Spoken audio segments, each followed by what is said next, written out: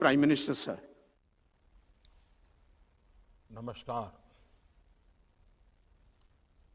आप सभी को नवरात्रि के पावन पर्व की बहुत बहुत शुभकामनाएं। कार्यक्रम में मेरे साथ उपस्थित देश के गृह मंत्री श्री अमित शाह जी, राष्ट्रीय मानव अधिकार आयोग के चेयरपर्सन जस्टिस श्री अरुण कुमार मिश्रा जी, केंद्रीय गृह राज्य मंत्री श्री नित्यानंद राय जी, मानव अधिकार आयोग के अन्य सम्मानित सदस्यगण, राज्य मानव अधिकार आयोग के सभी अध्यक्षगण, उपस्थित सुप्रीम कोर्ट के सभी माननीय आदरणीय जज महोदय, सदस्यगण, यूएन एजेंसी के सभी प्रतिनिधि, सिविल सोसाइटी से जुड़े साथियों, अन्य सभी महानुभाव, भाई और बहनों, आप सभी को राष्ट्रीय मानव अधिकार आयोग के 28वें स्थापना दिवस की हार्दिक बधाई।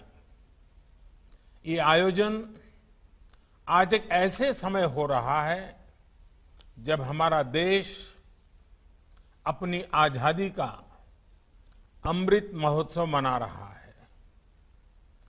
भारत के लिए मानव अधिकारों की प्रेरणा का, मानव अधिकार के मूल्यों का बहुत बड़ा स्रोत आजादी के लिए हमारा आंदोलन, हमारा इतिहास है।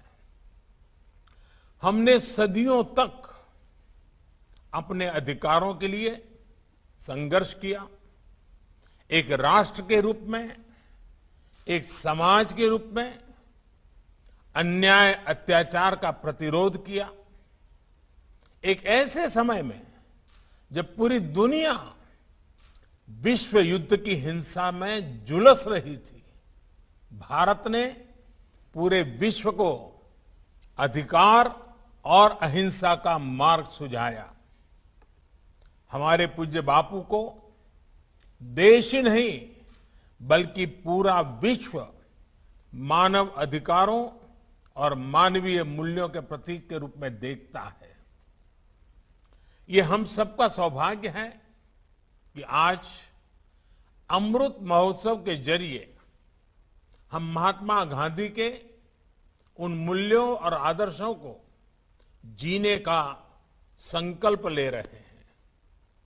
मुझे संतोष है कि राष्ट्रीय मानव अधिकार आयोग भारत के इन नैतिक संकल्पों को ताकत दे रहा है, अपना सहयोग कर रहा है।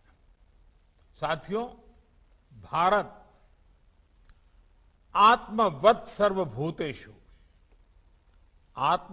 सर्वभूतेषु के महान आदर्शों को, संस्कारों को लेकर, विचारों को लेकर चलने वाला देश है। आत्मवत् सर्वभूतेषु यानी जैसा मैं हूं वैसे ही सभी मनुष्य हैं। मानव मानव में, जीव जीव में भेद नहीं है। जब हम इस विचार को स्वीकार करते हैं तो हर तरह की खाई भर जाती है। तमाम विविधताओं के बावजूद भारत के जनमानस ने इस विचार को हजारों सालों में जीवंत बनाए रखा। इसलिए सैकड़ों वर्षों की गुलामी के बाद भारत जब आजाद हुआ तो हमारे संविधान द्वारा की गई समानता और मौलिक अधिकारों की घोषणा उतनी ही सहजता से स्वीकार हुई। साथियों, आजादी के बाद भी भारत ने लगातार विश्व को समानता और मानवाधिकारों से जुड़े विषयों पर नया पर्सपेक्टिव दिया है, नया विजन दिया है। बीते दशकों में ऐसे कितने ही अवसर विश्व के सामने आए हैं जब दुनिया भ्रमित हुई है, भटकी है, लेकिन भारत मानव अधिकारों के प्रति हमेशा प्रतिबद्ध रहा है, संवेदनशील रहा है।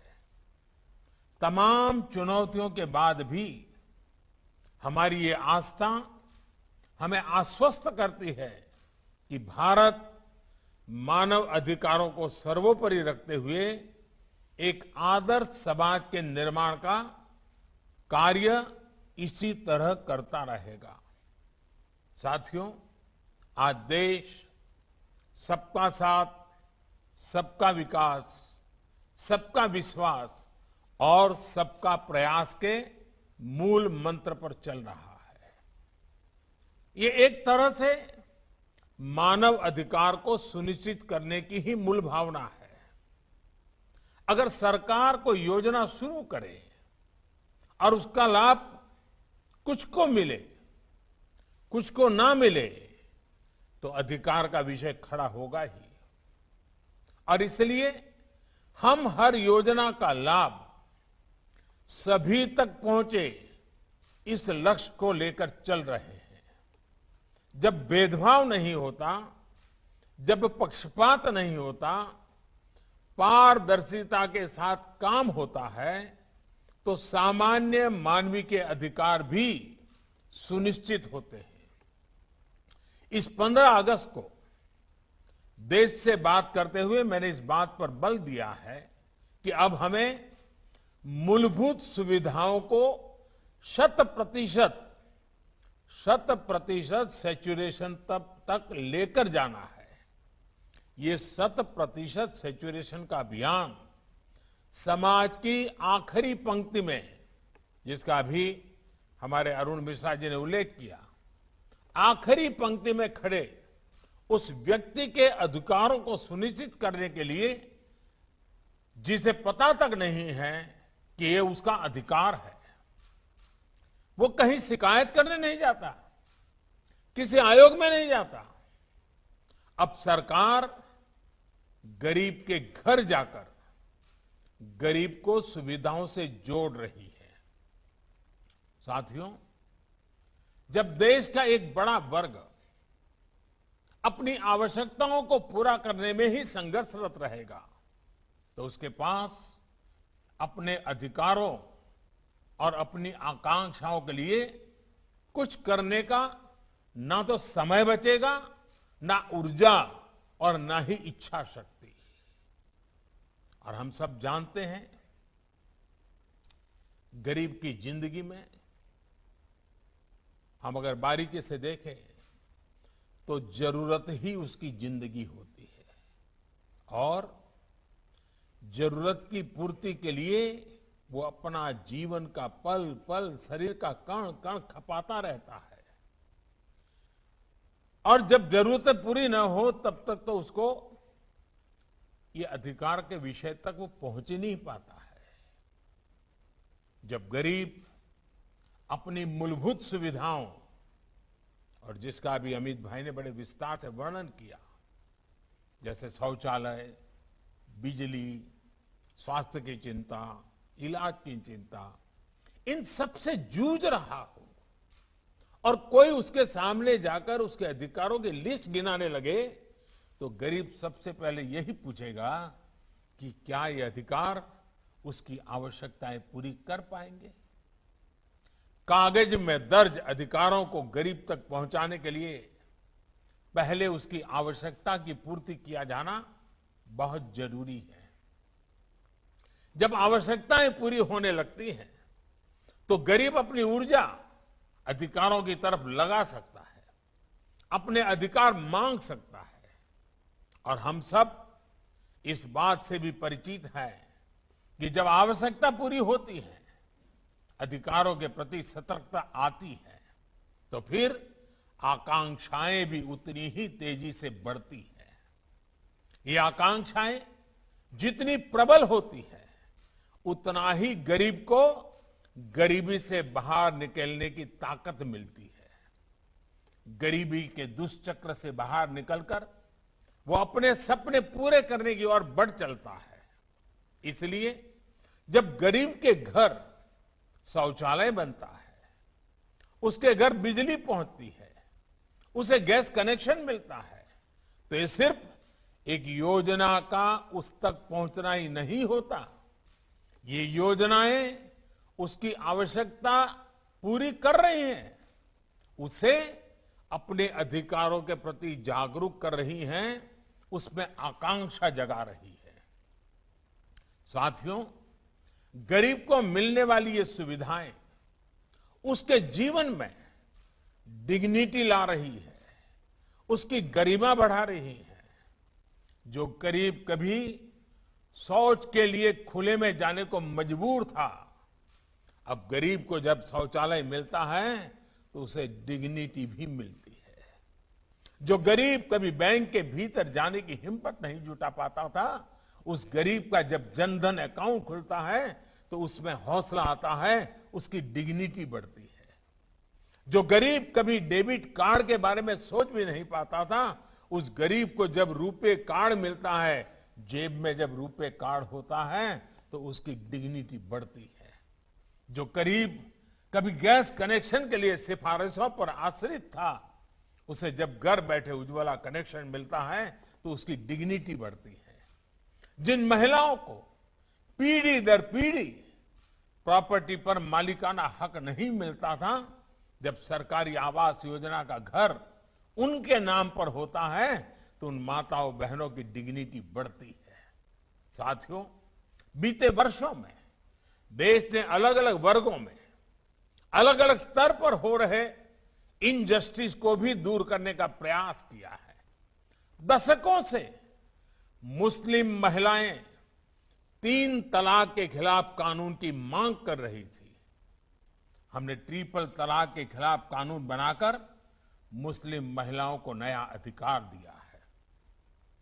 मुस्लिम महिलाओं को हज के दौरान महरम की बाध्यता से मुक्त करने का काम भी हमारी ही सरकार ने किया है। साथियों, भारत की नारी शक्ति के सामने आजादी के इतने दशकों बाद भी अनेक रुकावटें बनी हुई थी। बहुत से सेक्टर्स में उनकी एंट्री पर पाबंदी थी। महिलाओं के साथ इनजस्टिस हो रहा था। आज महिलाओं के लिए काम के अनेक सेक्टर्स को खोला गया है। वो 24 घंटे सुरक्षा के साथ काम कर सके, इसे सुनिश्चित किया जा रहा है।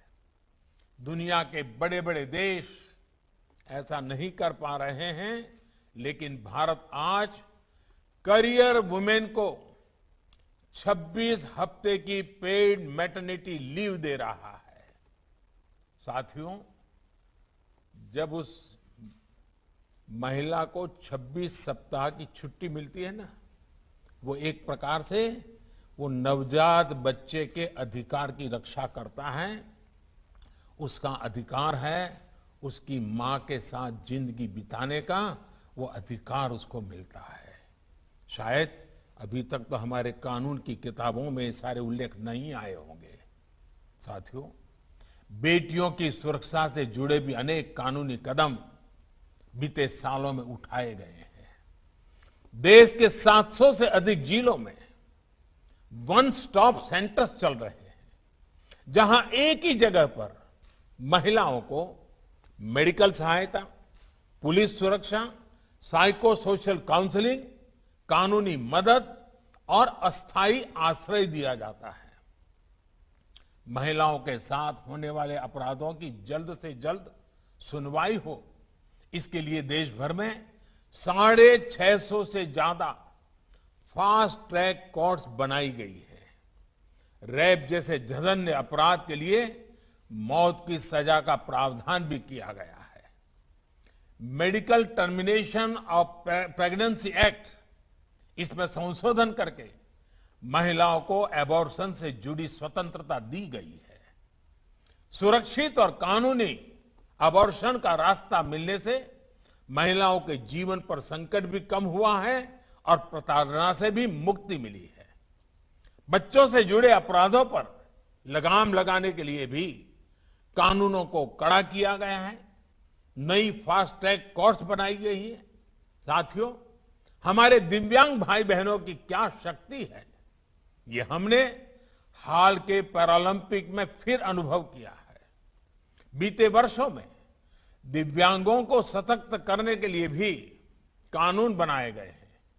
उनको नई सुविधाओं से जोड़ा गया है।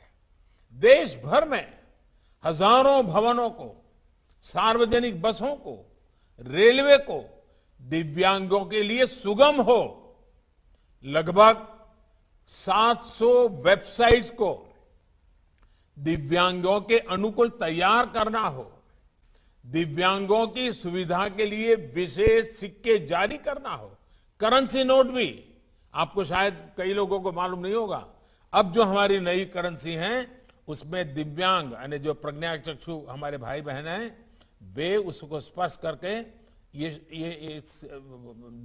करेंसी नोट कितनी कीमत की है वो तय कर सकते हैं। ये व्यवस्था की गई है।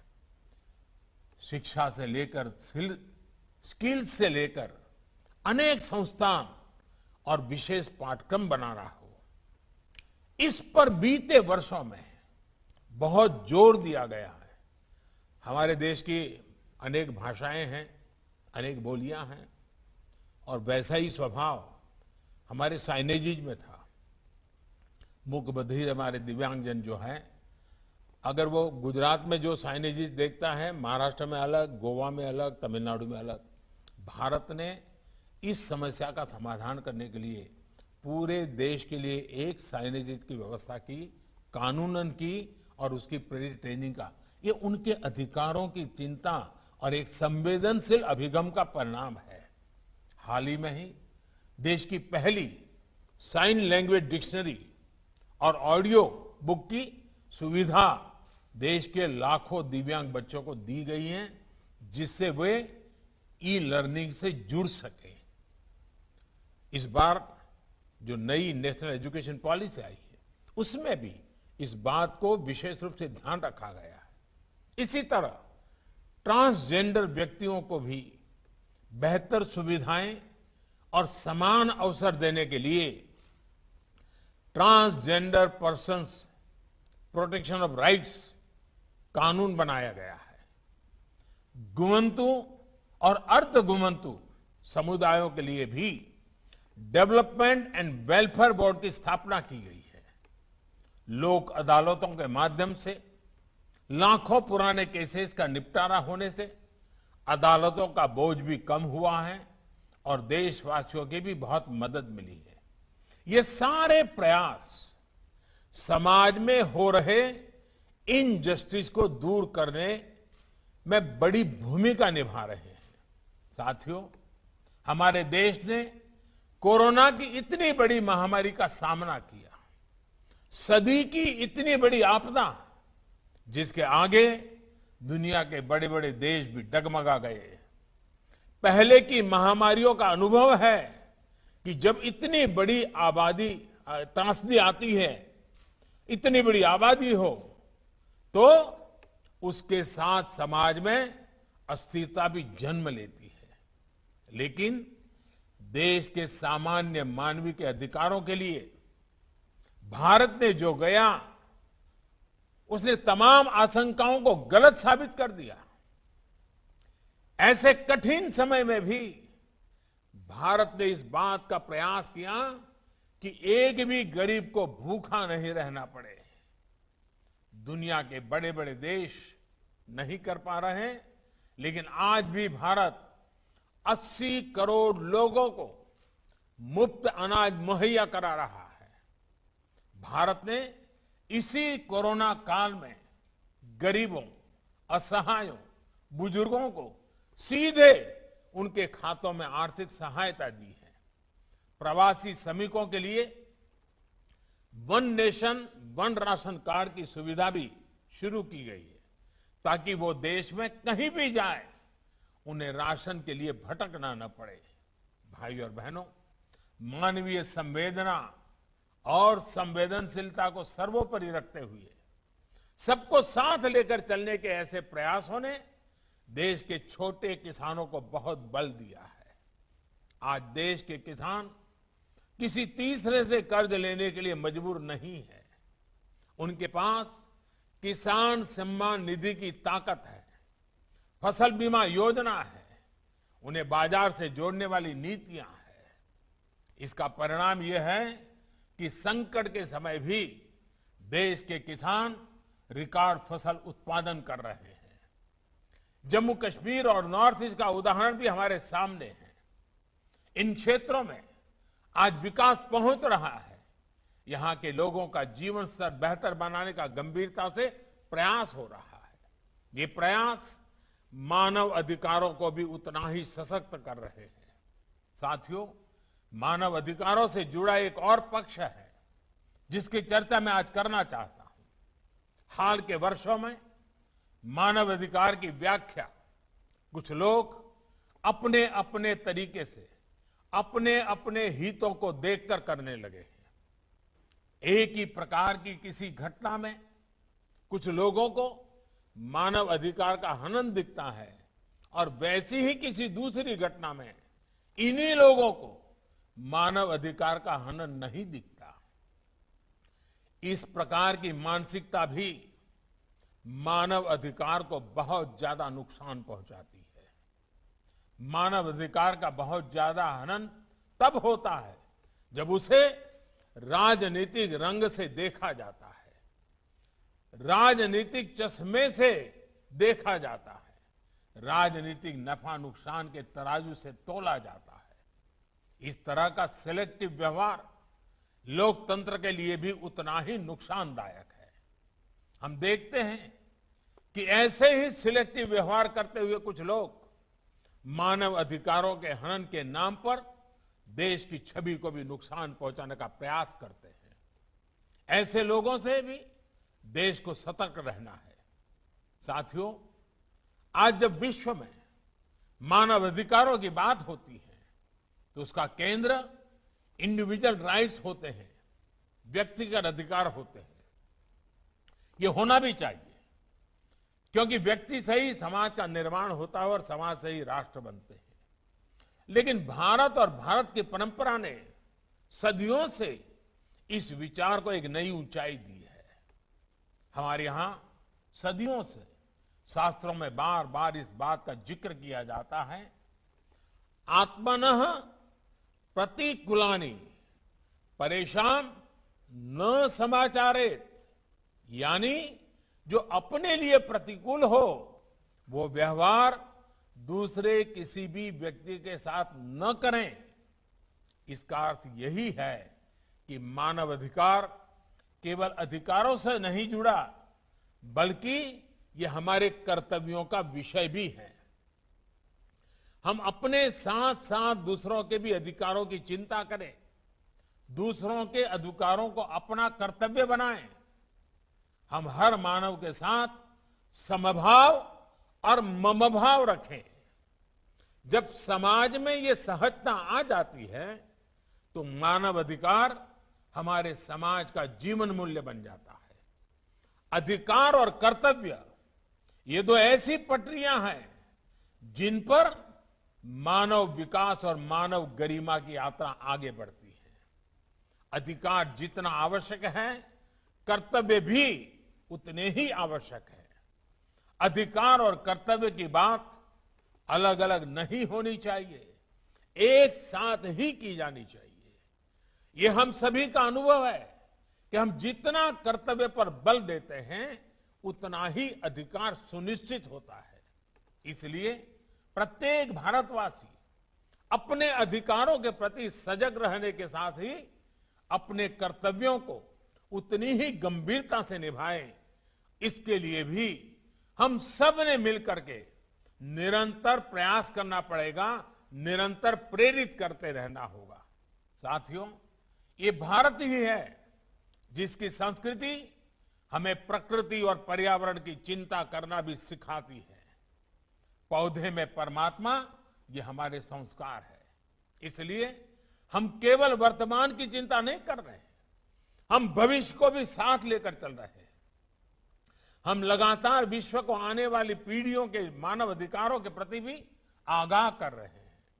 इंटरनेशनल सोलर अलायंस हो, रिन्यूएबल एनर्जी के लिए भारत के लक्ष्य हो, हाइड्रोजन मिशन हो, आज भारत सस्टेनेबल लाइफ और इको फ्रेंडली ग्रोथ की दिशा में तेजी से आगे बढ़ रहा है।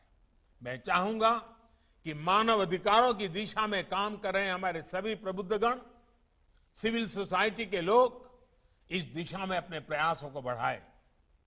आप सबके प्रयास लोगों को अधिकारों के साथ ही कर्तव्य भाव की ओर प्रेरित करेंगे। इन्हीं शुभकामनाओं के साथ मैं अपनी बात समाप्त करता हूं। आप सभी का बहुत बहुत धन्यवाद। महोदय,